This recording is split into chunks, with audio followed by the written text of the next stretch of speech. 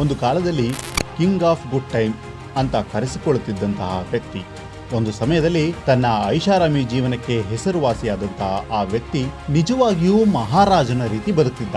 ಒಂದು ರಾತ್ರಿಯ ಪಾರ್ಟಿಗೆ ಕೋಟ್ಯಾಂತರ ರೂಪಾಯಿ ಖರ್ಚು ಮಾಡ್ತಿದ್ದಂತಹ ವ್ಯಕ್ತಿ ಆತ. ಆಗರ್ಭ ಶ್ರೀಮಂತರು ಓಡಾಡ್ಲಿಕ್ಕೆ ಅಂತ ಪ್ರೈವೇಟ್ ಜೆಟ್ಗಳನ್ನ ಇಟ್ಕೊಂಡಿದ್ರೆ ಈತ 150 ಜನರು ಓಡಾಡಬಹುದಾದಂತಹ ಬೋಯಿಂಗ್ 727 ವಿಮಾನವನ್ನೇ ಇಟ್ಕೊಂಡಿದ್ದ. ಇಷ್ಟೆಲ್ಲಾ ಐಷಾರಾಮಿ ಜೀವನ ನಡೆಸುತ್ತಿದ್ದಂತಹ ವ್ಯಕ್ತಿ ಭಾರತದಲ್ಲಿ ನಡೆದ ಅತಿ ದೊಡ್ಡ ಬ್ಯಾಂಕ್ ಫ್ರಾಡ್ ಲಿಸ್ಟಿನಲ್ಲಿ ಸೇರ್ಕೊಂಡ್ಬಿಟ್ಟ. ನಾವು ಮಾತನಾಡ್ತಿರೋದು ಬೇರಾರೂ ಅಲ್ಲ, ಮದ್ಯದ ದೊರೆ ಅಂತಲೇ ಕರೆಸಿಕೊಳ್ತಿದ್ದಂತಹ ಕರ್ನಾಟಕದ ಬಂಟ್ವಾಳ ಮೂಲದ ವ್ಯಕ್ತಿ ವಿಜಯ್ ಮಲ್ಯ. ಕಿಂಗ್ ಫಿಶರ್ ಅನ್ನೋ ಹೆಸರಿನಿಂದ ಆ ವ್ಯಕ್ತಿ ಅದೆಷ್ಟೋ ಉದ್ಯಮಗಳ ಮಾಲೀಕನಾಗಿದ್ದವನು. ಕೊನೆಗೆ ಆ ಹೆಸರೇ ಆತನಿಗೆ ಮುಳುವಾಯಿತು. ಹಾಗಾದ್ರೆ ಅಷ್ಟು ಐಷಾರಾಮಿ ಜೀವನ ನಡೆಸಿದಂತಹ ವ್ಯಕ್ತಿ ಬ್ಯಾಂಕ್ಗಳಿಗೆ ಮೋಸ ಮಾಡಿ ತಲೆ ತಪ್ಪಿಸಿಕೊಂಡು ಓಡಿ ಹೋಗುವಂತೆ ಯಾಕಾಯ್ತು ಮತ್ತು ಹೇಗಾಯ್ತು ಅನ್ನೋದನ್ನ ತಿಳ್ಕೊಳ್ಳೋಣ.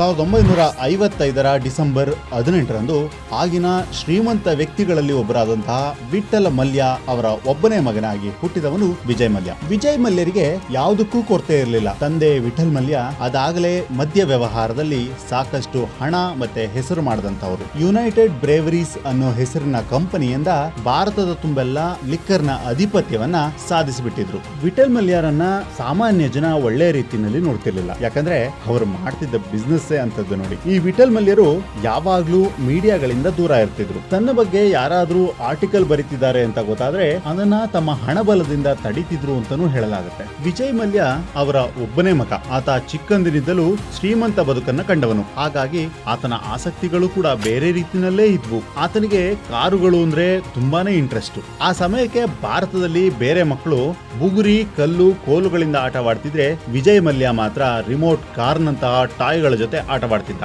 ವಿಠಲ್ ಮಲ್ಯರು ಕೂಡ ಆತನಿಗೆ ಯಾವುದೇ ಕಷ್ಟಗಳು ಗೊತ್ತಾಗದೇ ಇರೋ ಹಾಗೆ ನೋಡ್ಕೊಂಡಿದ್ರು. ಇತ್ತ ವಿಜಯ್ ಮಲ್ಯ ಬೆಳೆದು ಯೌವನಕ್ಕೆ ಬಂದ ಮೇಲಂತೂ ಆತನ ಶೋಕಿಗಳು ಒಂದೆರಡಿರಲಿಲ್ಲ. ಅದರ ಫಲವಾಗಿ 250ಕ್ಕೂ ಹೆಚ್ಚಿನ ವಿಂಟೇಜ್ ಕಾರುಗಳು, 200ಕ್ಕೂ ಹೆಚ್ಚಿನ ರೇಸ್ ಕುದುರೆಗಳನ್ನ ಈತನ ಶೋಕಿಯ ಭಾಗವಾಗಿ ಸಾಕೊಂಡಿದ್ದ.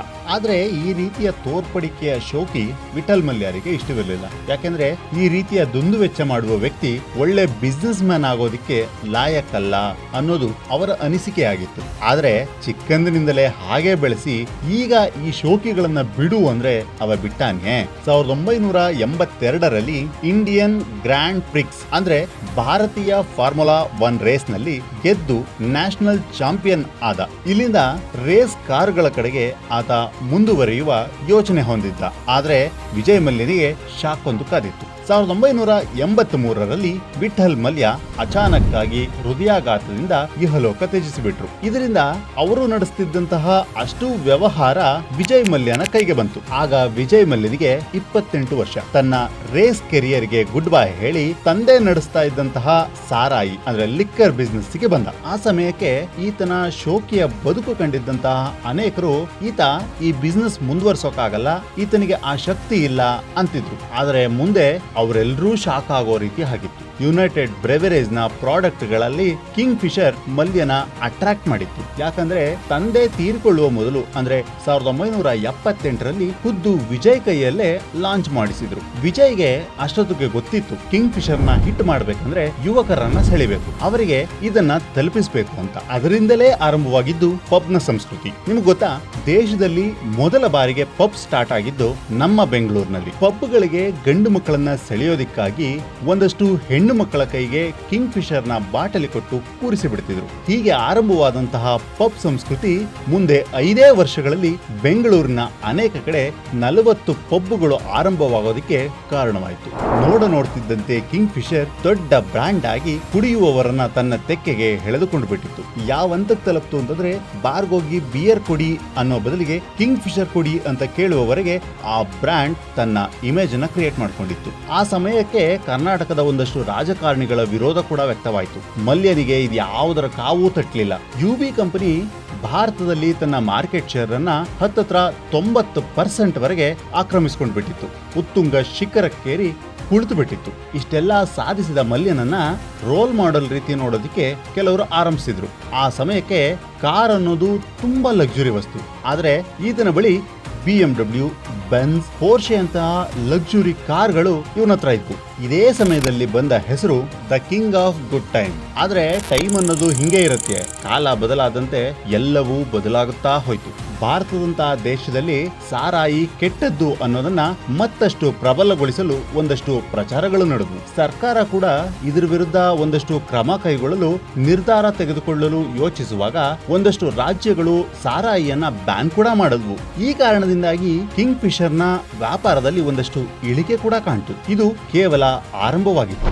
ಇವುಗಳ ಮಧ್ಯೆ ಭಾರತ ಸರ್ಕಾರ ಟಿವಿ, ರೇಡಿಯೋ ಮತ್ಯಾವುದೇ ಮಾಧ್ಯಮದ ಮೂಲಕ ಜಾಹೀರಾತು ನೀಡೋದನ್ನ ನಿಷೇಧ ಮಾಡಿಬಿಡ್ತು. ಅದಕ್ಕೂ ಒಂದು ದಾರಿ ಹುಡ್ಕೊಳ್ತಾರೆ. ನಮ್ಮ ಸರ್ಕಾರದ ಕಾನೂನುಗಳಲ್ಲಿ ಲೋಪದೋಷಗಳನ್ನ ಹುಡುಕೋದು ಅಷ್ಟು ಕಷ್ಟವಲ್ಲ ಬಿಡಿ. ಹೀಗಾಗಿ ಕಂಡುಕೊಂಡಂತಹ ಮಾರ್ಗ ಸಾರೋಗೇಟ್ ಜಾಹೀರಾತು. ಇದೊಂಥರ ಕಳ್ಳ ಮಾರ್ಗ. ಕಿಂಗ್ ಫಿಶರ್ ತನ್ನ ಸೋಡಾ ನೀರಿನ ಬಾಟಲಿಗಳನ್ನ ಕಿಂಗ್ ಫಿಶರ್ ಹೆಸರಿನಲ್ಲಿ ಜಾಹೀರಾತು ಮಾಡಿತು. 1996ರಲ್ಲಿ ಭಾರತದಲ್ಲಿ ನಡೆದ ವರ್ಲ್ಡ್ ಕಪ್ ನ ಸಮಯದಲ್ಲೂ ಕೂಡ ಈ ರೀತಿಯಲ್ಲೇ ಜಾಹೀರಾತು ನಡೀತು. ವಿಜಯ್ ಮಲ್ಯ ಯಾವ ರೀತಿ ಜಾಹೀರಾತು ಮಾಡ್ತಿದ್ದ ಅಂದ್ರೆ, ಮೀಡಿಯಾಗಳು ಯಾವ ಕಾರ್ಯಕ್ರಮನ ಕವರ್ ಮಾಡ್ತವೆ ಅಂತ ಗೊತ್ತಾಗುತ್ತೋ ಅಂತಹ ಎಲ್ಲಾ ಕಾರ್ಯಕ್ರಮಗಳಿಗೂ ಕೂಡ ಸ್ಪಾನ್ಸರ್ ಮಾಡೋದಕ್ಕೆ ಆರಂಭಿಸಿದ್ದ. ವಿಜಯ್ ಮಲ್ಯ ಕಿಂಗ್ ಫಿಶರ್ ಹೆಸರಿನಲ್ಲಿ ಕ್ಯಾಲೆಂಡರ್ ಅನ್ನ ಬಿಡುಗಡೆ ಮಾಡಿ ಅದಕ್ಕೆ ಭಾರತದ ಮಾಡೆಲ್ ಗಳ ಫೋಟೋ ಶೂಟ್ ಕಾಂಪಿಟೇಷನ್ ಕೂಡ ಮಾಡಿಸ್ತಿದ್ದ. ಈ ಕ್ಯಾಲೆಂಡರ್ ನ ಮೂಲಕ ಬಾಲಿವುಡ್ ಗೆ ಬಂದವರು ದೀಪಿಕಾ ಪಡುಕೋಣೆ, ಕತ್ರಿನಾ ಕೈಫ್, ನರ್ಗಿಸ್ ಫಕ್ರಿ, ಯಾನಾ ಗುಪ್ತಾ ಕೂಡ ಇದ್ದಾರೆ. ಈ ಕ್ಯಾಲೆಂಡರ್ 2003ರಿಂದ 2020ರವರೆಗೂ ನಡೀತು. ಚಿನ್ನದ ಮೊಟ್ಟೆ ಇಡೋ ಕೋಳಿಯಂತಹ ಕಂಪನಿ ಕೈಲಿದ್ದಾಗ ಇಂತಹ ಶೋಕಿಗಳು ಬರದೇ ಇರುತ್ತೆ. ಇಂತಹ ಮಲ್ಲಿನಿಗೆ ಲಿಕ್ಕರ್ ಕಿಂಗ್ ಅನ್ನೋ ಬ್ರಾಂಡ್ ನೇಮ್ ಇಷ್ಟ ಇರಲಿಲ್ಲ. ಇದನ್ನ ಹೇಗಾದ್ರೂ ಮಾಡಿ ಬದಲು ಮಾಡ್ಕೊಳ್ಬೇಕು, ತನ್ನ ಇಮೇಜ್ ಅನ್ನ ಕ್ಲಿಯರ್ ಮಾಡ್ಕೋಬೇಕು ಅಂತಲೇ ರಾಜಕೀಯಕ್ಕೂ ಪ್ರವೇಶ ಮಾಡಿದ್ದ. ಕರ್ನಾಟಕದಿಂದಲೇ 2 ಸಲ ರಾಜ್ಯಸಭೆಗೂ ಆಯ್ಕೆಯಾಗಿದ್ದ.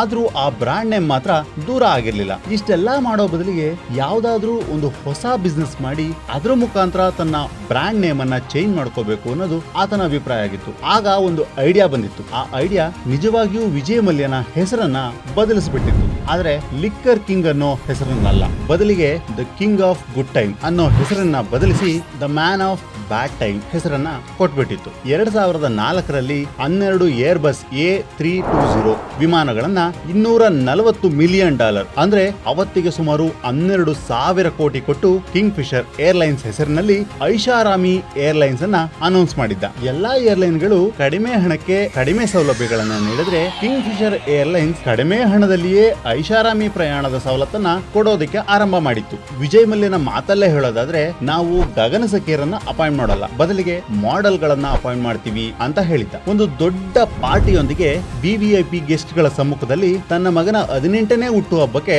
ಉದ್ಘಾಟನೆಯನ್ನ ಮಾಡಿದ್ದ. ಈ ಉದ್ಘಾಟನಾ ಪಾರ್ಟಿಯಲ್ಲಿ ಪ್ರಪಂಚದ ಬಹುತೇಕ ಮೀಡಿಯಾ ಹೌಸ್ಗಳು ಪ್ರಸಾರ ಮಾಡೋ ರೀತಿ ನೋಡ್ಕೊಂಡಿದ್ದ. ಗಗನಸಖಿಯರಿಂದ ಹಿಡಿದು ವಿಮಾನದಲ್ಲಿ ಸರ್ವ್ ಮಾಡುವ ಊಟದ ಮೆನುವರೆಗೂ ಖುದ್ದು ವಿಜಯ್ ಮಲ್ಯನೇ ಸೆಲೆಕ್ಟ್ ಮಾಡ್ತಿದ್ದ. ಬೇರೆಲ್ಲಾ ಏರ್ಲೈನ್ ಗಳಲ್ಲಿ ಎಕಾನಮಿ, ಬಿಸಿನೆಸ್ ಕ್ಲಾಸ್ ಗಳು ಅಂತ ಸರ್ವಿಸ್ ಕೊಟ್ರೆ ಕಿಂಗ್ ಫಿಶರ್ ನಲ್ಲಿ ಎಲ್ಲವೂ ಒಂದೇ ಮಾಡಿದ್ದ. ಎಲ್ಲವೂ ಕೂಡ ಕಿಂಗ್ ಫಿಶರ್ ಕ್ಲಾಸ್ ಅನ್ನೋ ಹೆಸರಿನಲ್ಲಿ ಸರ್ವ್ ಮಾಡ್ತಿದ್ದ. 2005ರ ವೇಳೆಗೆ ಮತ್ತಷ್ಟು ವಿಮಾನಗಳು ಈ ಕಂಪನಿಯನ್ನ ಸೇರ್ಕೊಂಡ್ರು, ಮತ್ತಷ್ಟು ಕೆಲಸಗಾರರು ಸೇರ್ಕೊಂಡ್ರು. ಆದ್ರೆ ಟಿಕೆಟ್ ಸೇಲ್ ಮಾತ್ರ ಅಷ್ಟೇ ಇತ್ತು. ಹೀಗಾಗಿ 18 ತಿಂಗಳಲ್ಲೇ 347 ಕೋಟಿ ರೂಪಾಯಿ ಲಾಸ್ ಆಗಿತ್ತು. ವಿಜಯ್ ಮಲ್ಯನಿಗೆ ಈ ಕಾಸು ಜುಜುಬಿ ಅನ್ಸಿತ್ತೇನೋ. ಏರ್ಲೈನ್ಗೆ ಮತ್ತಷ್ಟು ಹಣವನ್ನ ಸುರಿಯತೊಡಗಿದ. ಯಾವುದೇ ಏರ್ಲೈನ್ ಇಂಟರ್ನ್ಯಾಷನಲ್ ಟ್ರಿಪ್ ಮಾಡಬೇಕು ಅಂತಂದ್ರೆ ಡೊಮೆಸ್ಟಿಕ್ ನಲ್ಲಿ ಮಿನಿಮಮ್ 5 ವರ್ಷಗಳ ಕಾಲ ಡೊಮೆಸ್ಟಿಕ್ ಅಲ್ಲಿ ಸರ್ವಿಸ್ ಮಾಡಿರ್ಬೇಕು. ಹಾಗಿದ್ರೆ ಮಾತ್ರ ಇಂಟರ್ನ್ಯಾಷನಲ್ ಫ್ಲೈ ಮಾಡೋದಕ್ಕೆ ಸಾಧ್ಯ. ಆದ್ರೆ ವಿಜಯ್ ಮಲ್ಯನಿಗೆ ಅಂತಾರಾಷ್ಟ್ರೀಯ ಟ್ರಿಪ್ ಗಳನ್ನ ಮಾಡಬೇಕು ಅನ್ನೋ ಹುಚ್ಚು ಜಾಸ್ತಿ ಇತ್ತು. ಆ ವೇಳೆಗೆ ಕನ್ನಡದವರೇ ಆದ ಗೋಪಿನಾಥನ್ರ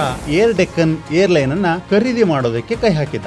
ಏರ್ ಡೆಕ್ಕನ್ ಈಗಾಗಲೇ ಲಾಸಲ್ ನಡೀತಿತ್ತು. ಜೊತೆಗೆ ಆ ಸಮಯಕ್ಕೆ ಮಾರುಕಟ್ಟೆ ಮೌಲ್ಯಕ್ಕಿಂತ ಹೆಚ್ಚಿನ ಬೆಲೆ ಕೊಟ್ಟು ತಗೊಂಡಿದ್ದ ಅಂತ ಹೇಳಲಾಗುತ್ತೆ. ಅದಷ್ಟು ಹಣ ಹಲವು ಬ್ಯಾಂಕ್ಗಳಿಂದ ಲೋನ್ ಮೂಲಕ ತಗೊಂಡಿದ್ದಂತ ದುಡ್ಡಾಗಿತ್ತು.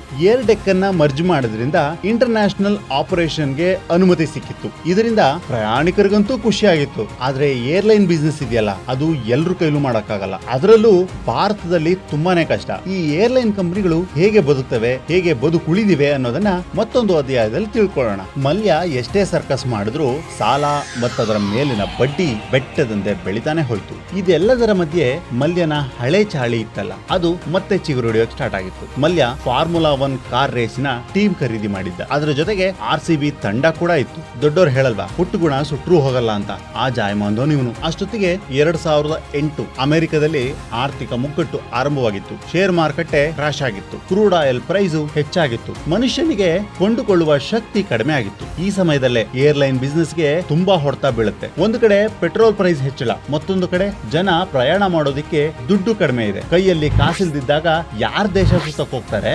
ಈ ಸಮಯದಲ್ಲಿ ಪುಕ್ಕಟ್ಟೆ ಖರ್ಚು ಮಾಡದೆ ಅಗತ್ಯವಿದ್ದಷ್ಟೇ ಖರ್ಚು ಮಾಡಿ ಕಾಸ್ಟ್ ಕಟಿಂಗ್ ಮಾಡುವ ಕಂಪನಿಗಳು ಮಾತ್ರ ಬದುಕುಳಿಯೋದಕ್ಕೆ ಸಾಧ್ಯ. ಮೊದಲೇ ಮಲ್ಯ ಇಲ್ಲದಕ್ಕೆಲ್ಲ ಖರ್ಚು ಮಾಡುವಂತ ಮನುಷ್ಯ. ಈ ಸಮಯದಲ್ಲೂ ಕೂಡ ಆತನ ಫಾಲ್ತು ಖರ್ಚುಗಳಿಗೆ ಕಡಿಮೆ ಇರಲಿಲ್ಲ. ಕಿಂಗ್ ಫಿಶರ್ ಏರ್ಲೈನ್ ತಾನು ಹೇಳಿಕೊಳ್ಳಲಾಗದಷ್ಟು ನಷ್ಟಕ್ಕೆ ಬಂದು ತಲುಪಟ್ಟಿತ್ತು. ಇಲ್ಲಿ ಶುರುವಾಗಿದ್ದು ಮತ್ತೊಂದು ಕತೆ. ಇದುವರೆಗೆ ಯಾರ ಕಣ್ಣಿಗೂ ಬಿದ್ದಿರದ ರಹಸ್ಯ. 2011 ಸೆಪ್ಟೆಂಬರ್ 12ನೇ ತಾರೀಕು ಕೆನಡಾದ ರಿಸರ್ಚರ್ ಟೀಮ್ ಒಂದು ಪೈ ಇನ್ ದ ಸ್ಕೈ ಅನ್ನೋ ಹೆಸರಿನಲ್ಲಿ ರಿಪೋರ್ಟ್ ಅನ್ನ ಪಬ್ಲಿಷ್ ಮಾಡುತ್ತೆ. ಈ ಒಂದು ರಿಪೋರ್ಟ್ ಸಾಕಾಯ್ತು ವಿಜಯ್ ಮಲ್ಯ ದೇಶ ಬಿಟ್ಟು ಓಡ್ ಹೋಗೋ ರೀತಿ ಮಾಡೋದಿಕ್ಕೆ. ಅಂತದ್ದೇನಿತ್ತು ಆ ರಿಪೋರ್ಟ್ ಅಲ್ಲಿ ಅಂತೀರಾ? ಬನ್ನಿ ಹೇಳ್ತೀನಿ.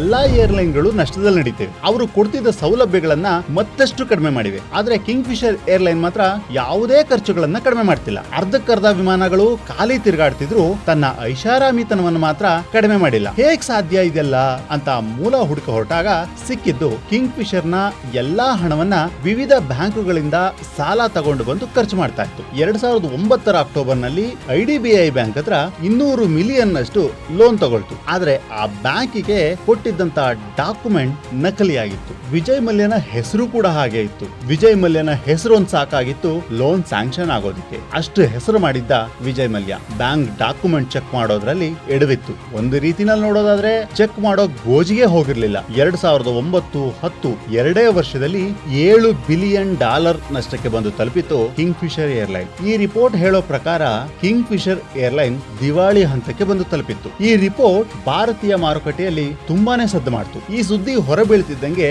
ವಿಮಾನಗಳಿಗೆ ಹಾಕುವ ಇಂಧನವನ್ನ ಸಾಲ ಕೊಡೋದನ್ನ ಕಂಪನಿಗಳು ನಿಲ್ಲಿಸಿದ್ವು. ಕೆಲವೇ ದಿನಗಳಲ್ಲಿ ಯಾವ ಹಂತಕ್ಕೆ ತಲುಪ್ತು ಅಂದ್ರೆ ವಿಮಾನಗಳಲ್ಲಿ ಕೊಡುವ ಊಟ ಕೂಡ ಶಾರ್ಟೇಜ್ ಆಗ್ತಿತ್ತು. ಗಗನಸಖ್ಯರು ತಮ್ಮ ಊಟವನ್ನ ಪ್ರಯಾಣಿಕರಿಗೆ ನೀಡಿದ ಉದಾಹರಣೆಗಳು ದಾಖಲಾಗಿವೆ. ಕೊನೆಗೆ ಕಿಂಗ್ ಫಿಶರ್ ಏರ್ಲೈನ್ ನ ನೌಕರರಿಗೆ ಸಂಬಳವನ್ನ ನಿಲ್ಲಿಸ್ತಾ ಇತ್ತು. ಕಂಪನಿ ಕೆಲವೇ ತಿಂಗಳಲ್ಲಿ ಎಲ್ಲಾ ಸಾಲವನ್ನ ತೀರಿಸಿ ಸಂಬಳವನ್ನೂ ಕೊಡ್ತೀವಿ ಅಂತ ನಂಬಿಸಿ ಬಿಟ್ಟಿದ್ದ ಮಲ್ಯ. ಈ ನಂಬಿಕೆಯಲ್ಲೇ 6 ತಿಂಗಳು ಸಂಬಳ ಇಲ್ಲದೆ ಕೆಲಸ ಮಾಡದಂತಹ ಉದ್ಯೋಗಿಗಳು ಕೊನೆಗೆ ವಿಧಿ ಇಲ್ಲದೆ ಪ್ರತಿಭಟನೆಯ ದಾರಿ ಹಿಡಿಬೇಕಾಯ್ತು. ಈ ಮಧ್ಯೆ ಮಲ್ಯ ಗೋವಾದ ತನ್ನ ಅದ್ದೂರಿ ಬಂಗಲೆಯಲ್ಲಿ 106 ಕೋಟಿ ಖರ್ಚು ಮಾಡಿ 60ನೇ ಹುಟ್ಟುಹಬ್ಬವನ್ನ ಸೆಲೆಬ್ರೇಟ್ ಮಾಡ್ತಿದ್ದ. ಇತ್ತ ನೌಕರರು 6 ತಿಂಗಳಿಂದ ಸಂಬಳ ಇಲ್ಲದೆ ಸ್ಟ್ರೈಕ್ ಮಾಡ್ತಿದ್ರು. ಮಜಾ ಏನ್ ಗೊತ್ತಾ? ಈ ಪಾರ್ಟಿಗೆ ಖರ್ಚು ಮಾಡಿದ್ನಲ್ಲ, ಅದರಲ್ಲಿ ಕಿಂಗ್ ಫಿಶರ್ ಏರ್ಲೈನ್ಸ್ ನ ಸಿಬ್ಬಂದಿಗೆ 5 ವರ್ಷಗಳ ಕಾಲ ಸಂಬಳ ಕೊಡಬಹುದಿತ್ತು. ಅಷ್ಟು ಹಣವನ್ನ ಆ ಪಾರ್ಟಿಗೋಸ್ಕರ ಖರ್ಚು ಮಾಡಿದ್ದ. 900 ಜನ ನೌಕರರಿಗೆ 6 ತಿಂಗಳ ಸಂಬಳ ಕೊಟ್ಟಿರಲಿಲ್ಲ. ಆದ್ರೆ ಶೋಕಿಲಾಲ ಮಲ್ಯ ಮಾತ್ರ ತನ್ನ ಶೋಕಿಯ ಭಾಗವಾಗಿದ್ದ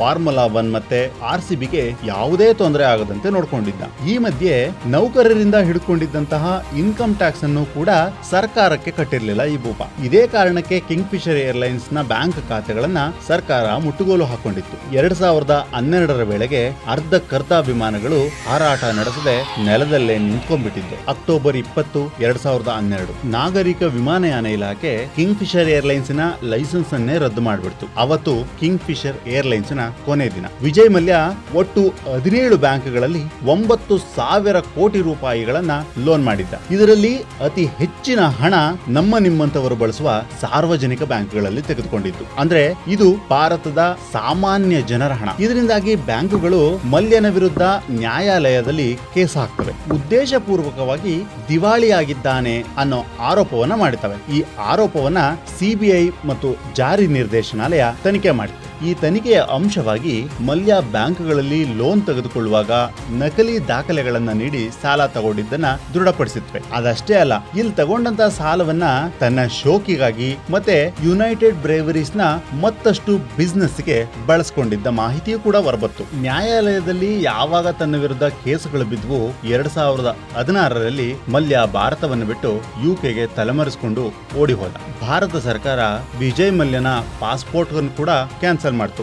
ಆತನನ್ನ ನಮ್ಮ ದೇಶಕ್ಕೆ ಒಪ್ಪಿಸಬೇಕು ಅಂತ ಯುಕೆ ಸರ್ಕಾರಕ್ಕೆ ಮನವಿ ಮಾಡಿಕೊಳ್ತು. ಆದ್ರೆ ಯುಕೆ ಕೋರ್ಟಿನಲ್ಲಿ ದೊಡ್ಡ ಹೋರಾಟದ ನಂತರ ಯುಕೆ ಕೋರ್ಟ್ 2018ರಲ್ಲಿ ಮಲ್ಯನನ್ನ ಮರಳಿ ಭಾರತಕ್ಕೆ ಒಪ್ಪಿಸಲು ಒಪ್ಕೊಳ್ತು. ಆದ್ರೆ ಮಲ್ಯ ಈ ತೀರ್ಮಾನದ ವಿರುದ್ಧ ಅಪೀಲ್ ಹೋದ. ಈ ಕಡೆ ಭಾರತದಲ್ಲಿ ಮಲ್ಯನ ವಿರುದ್ಧ ದಿವಾಳಿ ಘೋಷಣೆಯ ಕೇಸ್ ನಡೆದು ಅದರ ತೀರ್ಪು ಕೂಡ ಬಂತು. ಆತನ ಸ್ವತ್ತುಗಳನ್ನ ಸ್ವಾಧೀನಪಡಿಸಿಕೊಳ್ಳೋದಿಕ್ಕೆ ಕೋರ್ಟ್ ಆದೇಶ ನೀಡಿತು. ಜಾರಿ ನಿರ್ದೇಶನಾಲಯ ದೇಶದ ಒಳಗಿನ ಮತ್ತು ಬೇರೆ ದೇಶದಲ್ಲಿದ್ದ ಆಸ್ತಿಗಳನ್ನು ಕೂಡ ಸ್ವಾಧೀನಕ್ಕೆ ಪಡೆದುಕೊಳ್ತು.